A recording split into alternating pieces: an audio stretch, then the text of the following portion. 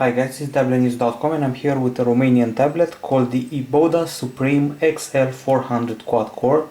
As the name says, we're dealing here with a quad-core tablet, one that is actually the first quad-core tablet with a Romanian branding that we're testing here. And if this brand sounds familiar, we have already reviewed a bunch of other E-Boda tablets, and there are also some AllView and Evolio slates with similar quad-core processors. If you want to know the price tag of this pretty affordable device, well, we're dealing with a slate that goes for $266, so it's a 10-inch slate with a price tag that's below $300. Some may say it's a bargain, this device, and as I said, we have already reviewed a bunch of other E-Boda tablets, so it's by no means a premiere for us. As you can see, I'm playing with a variety of launchers here. So let's get to the design. You should know that the box of this device that you saw in the unboxing had a theme related to Musketeers. Also the launch event was related to Musketeers, and this tablet was launched this spring. It's a solid device, pretty resilient, very good build.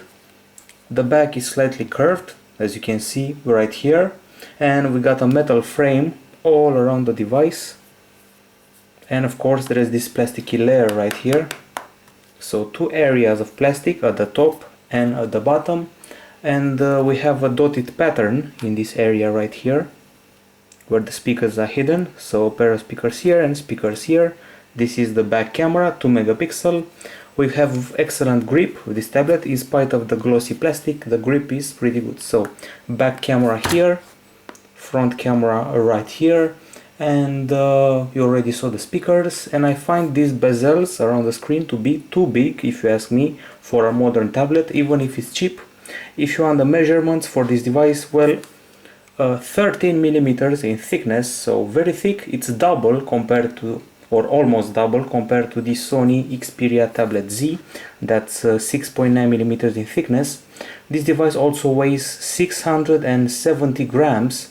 It's also quite heavy, if you ask me, and I must mention that all the ports and slots are on one side of the device. So here they are. Let's check them out. By the way, the buttons are too small to be comfortable. We have the on-off button, volume buttons, then we have a microphone here, then the mini USB port, charging port, micro SD card slot, audio jack, HDMI, and a small reset hole.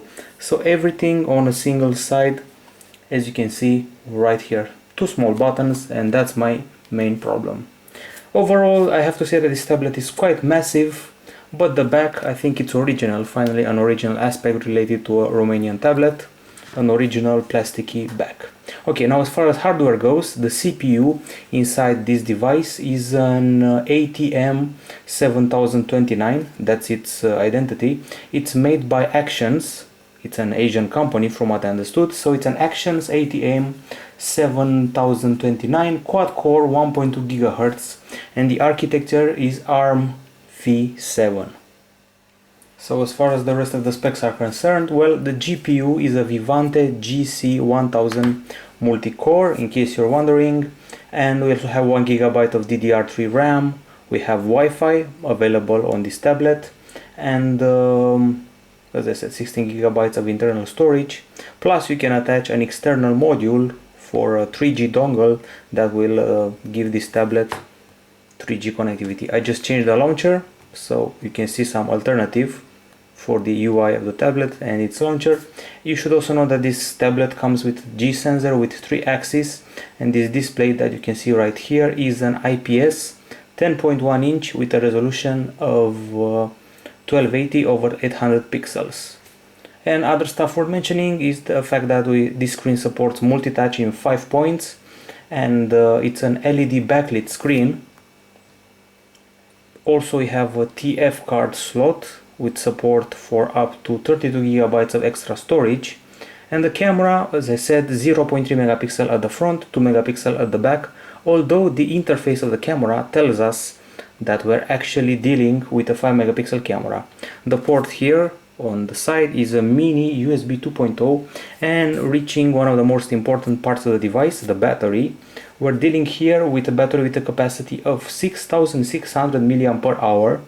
That gives you a standby time of 60 hours, and E-Boda promises 5 hours of intense usage of the device. In our tests we reached 4 hours of continuous video playback, so about 2 movies, or 4 hours of continuous gaming. Overall you should get about 1 day of normal use out of the tablet, and by normal I mean with long breaks. Okay, now we're going to test the speakers of the tablet by using SoundCloud to play a tune. So here we go.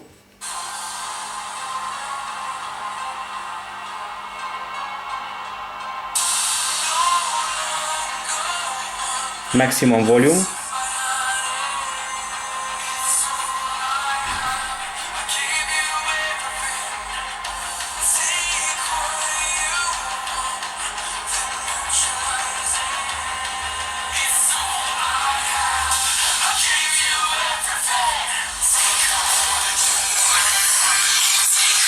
This is one of the speakers.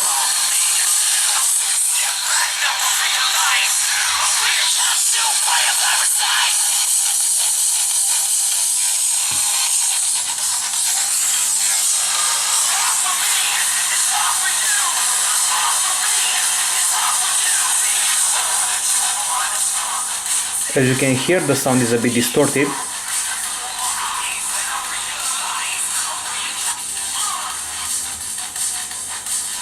However, if you turn down the volume, you will hear it clearly.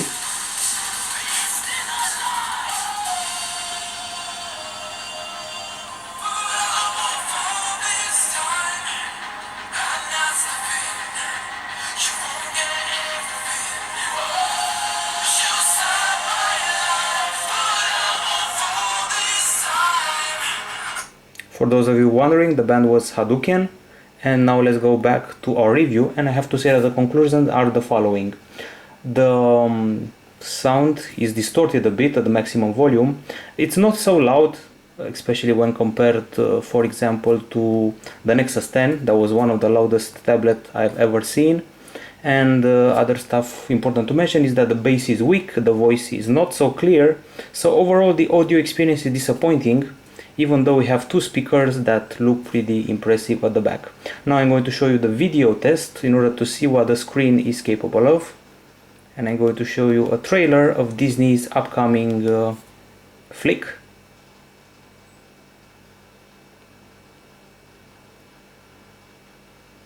This screen is an LCD IPS 10.1 inches. Its brightness is pretty low compared to my expectations. Also, the behavior in direct sunlight is a bit disappointing. This is more of an interior tablet, so you have to use it indoors rather than outdoors. However, it has good color reproduction, at least you can praise it for that. So decent color reproduction we have here. A resolution 1280 over 800 pixels. Viewing angles are okay, but I wouldn't go further than okay on this tablet. And other thing worth mentioning, well, the black levels are reasonably good. The contrast is okay, but nothing more than that. As you can see, it tends to lag a bit. We're dealing here with a full HD video MP4 file. Of course, it may be the MX player. So let's try to open this in the standard gallery player as well, in order not to create some disadvantage for this tablet. So that was the MX player, and now the standard gallery player. See if it lags again. Let's choose the standard video player.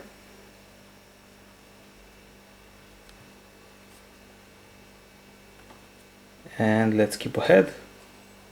From what I can see, the lag is still present, and it's apparently even worse. So this tablet doesn't quite do that well with Full HD videos, in spite of what its maker promised. And back to the screen, as I said, it's a screen with an okay contrast, and it's a reasonable screen for $266, but as you can see, when you're playing a Full HD film, it tends to lag. Okay, now the camera, as I said, a bit of confusion here. Let's use this thing. So we're seeing this plane right here. Let me show you the options. On paper we have a 2 megapixel camera, but as you can see here, 5 megapixels. It's written right here 5 megapixels, and it's written right here 2 megapixels. So pretty confusing if you ask me, but let's get back to the interface and see the options. So store location, picture size, white balance options, scene modes, and that's pretty much it. Of course, you can do some video capture and even some panoramas, and obviously the shots are not that good. For those of you wondering, the camera has a lot of noise and its lack of focus is annoying. Also, the colors are unrealistic, and basically you should ignore the camera feature on this huge tablet that weighs almost 700 grams. The operating system here, now it's time to handle that. So let's go into the settings, check out the about area, Android 4.1.1 Jelly Bean, and because the launcher on this device was god awful, as you can see, it tends to have a bit of lag, and if you open up 2 or 3 apps, it gets pretty annoying. I installed the Smart Launcher. I found it for free in the Google Play Store, and frankly speaking, it's a bit faster and it's a bit less complicated than the standard launcher. It may be a strange experience for you who use a normal launcher. And now it's time for another controversial aspect regarding the tablet. I'm going to enter the gallery and check out some benchmark screenshots, and I have decided to compare this tablet with 2 other interesting devices, to say the least. One of them is yet another Romanian quad-core tablet. So this is the E-Boda XL400, and I'm comparing it with the All-View All-Ro 3-Speed Quad, another quad-core Romanian tablet. And also I found, courtesy of 3D Mark, that this tablet is in fact a rebranded Chinese tablet called iNovo Hero 2. So I'm going to compare it with that as well. So in quadrant we scored 3010 points. We were beaten by the All-View All-Ro 3-Speed Quad that scored 3100 points. Moving even further, you should probably know that in Antutu this tablet failed. It didn't manage to perform its benchmark till the end. However, in Nenamark we got 42.5 frames per second. We beat the All-View tablet that scored 40 frames per second.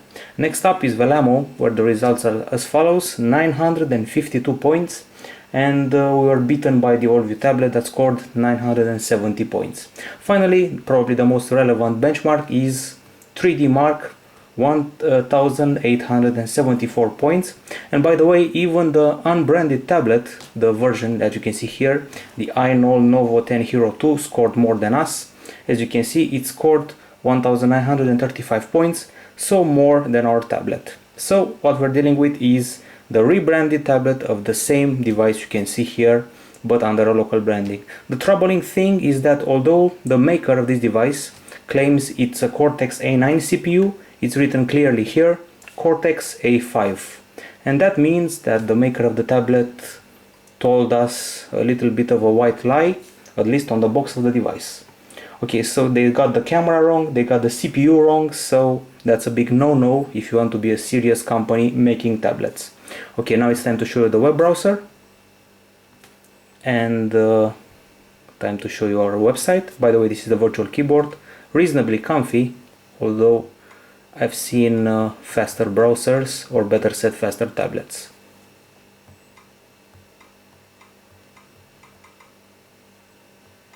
So as you probably figured out, the grade for this device is not going to be very good.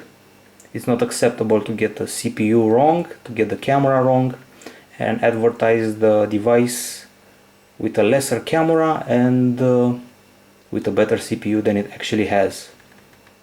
Loading time is huge for a quad-core tablet. At all times when using this device, it won't feel like a quad-core device, although it's promoted as one. This is pinch to zoom and scrolling. Once the page loads, it's a reasonable experience, but still, I want a bit more from a quad-core tablet. Okay, so as I said, it has the Vivante GC1000 GPU, at least that's real, while the CPU, they say it's Cortex A9, and in fact it's Cortex A5. Of course, you can do some social networking on this device if you want, so let's try to find Facebook in here somewhere. Here it is.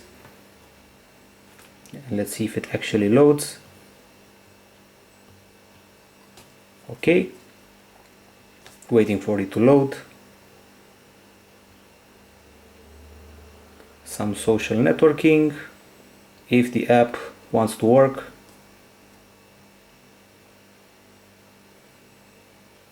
Anyway, you get the idea.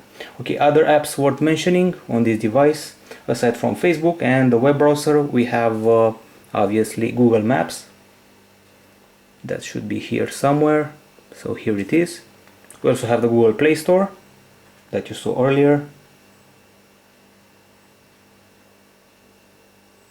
We're still waiting for it to load.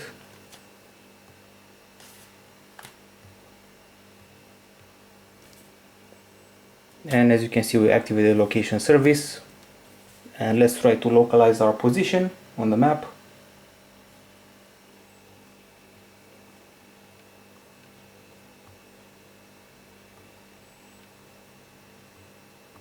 Since the tablet doesn't have a GPS, as far as I know, it would be hard to actually track us down. Anyway, that's the maps experience, and now I guess I'm going to have to close some apps down using this task killer. It's unfortunate because from a quad-core tablet I was really expecting more. And if you're not happy with the Google Play Store, we also have the One Mobile Market that forces you to adopt a portrait view. And this is the look that it adopts. Pretty much a clone of the Play Store, but with a bit more lag. And maybe even a few extra apps. I have to say I haven't browsed it properly, since this tablet can be very laggy and annoying sometimes. It also takes forever to turn from portrait to landscape. Okay, so other things that I must show on this tablet are its business features. We have Docs to Go. We also have a screenshot button integrated into the interface. And let's see, I promised you the Docs to Go application. Should be here somewhere, Documents to Go. This one is for your productivity needs. If you want to open up doc files, XLS PowerPoints or PDF files, you should use that. I keep alternating between these launchers because I want to show you the experience and the fact that the lag is more present in the standard launcher than in the other one. By the way, the classic Android experience is here, including the multitasking, the settings area that you saw earlier, and all the apps that you've come to know and like. Okay, time for the conclusion. As you probably figured out already, the things are not good when it comes to the E-Boda XL400 quad-core tablet. As you can see, it lags a lot. It doesn't quite answer my touch commands, and the grade is going to be bad. We have some pros and cons for you. Well, on the pro side, a surprising thing is the battery. You can actually get 1 day of normal use if you know how to manage the resources right. Also, the price tag below $300, well, it may be a bargain for some of you. The screen is so the colors are reasonably good, but the brightness is actually not that good. By the way, let me show you the brightness. The maximum level is this, not that different from the minimum level, so it's not a huge jump in brightness. And then one of the best things about this device is its solidity. So it's a solid device, resilient, massive, big. If you care about that, well, it's the tablet for you. And now on the con side, of course, the confusion of the specs. The maker of the device claimed to have a different camera and different CPU. The lag is annoying. The camera is pretty weak. The brightness of the screen is also its advantage. A very tough tablet. It may be tough, but it's also massive. It's hard to carry around, hard to hold in your hands. Also, the lag is, as I said, very annoying. It takes a long time to charge this battery, by the way, about 5 hours. And finally, the audio experience is crappy, as you heard earlier, very distorted and very poor bass. So we give this tablet a 7 out of 10 for design, a 4.5 out of 10 for hardware, and a 7 for operating system and user interface. And we're being really gentle here. We could give it a 3 and just let it go. Actually, we give it a 6.16 out of 10. And also we regret the lack of proprietary apps bundled with the device. If they can actually get a decent launcher on this device, it can really take advantage of that quad-core processor. That's it from Tablet-News.com. Sorry for the problems of this device, that's how it's made, but we're here to show you the good and the bad of the tablet world. So 6.16 for this E-Boda tablet from Tablet-News.com. Bye bye.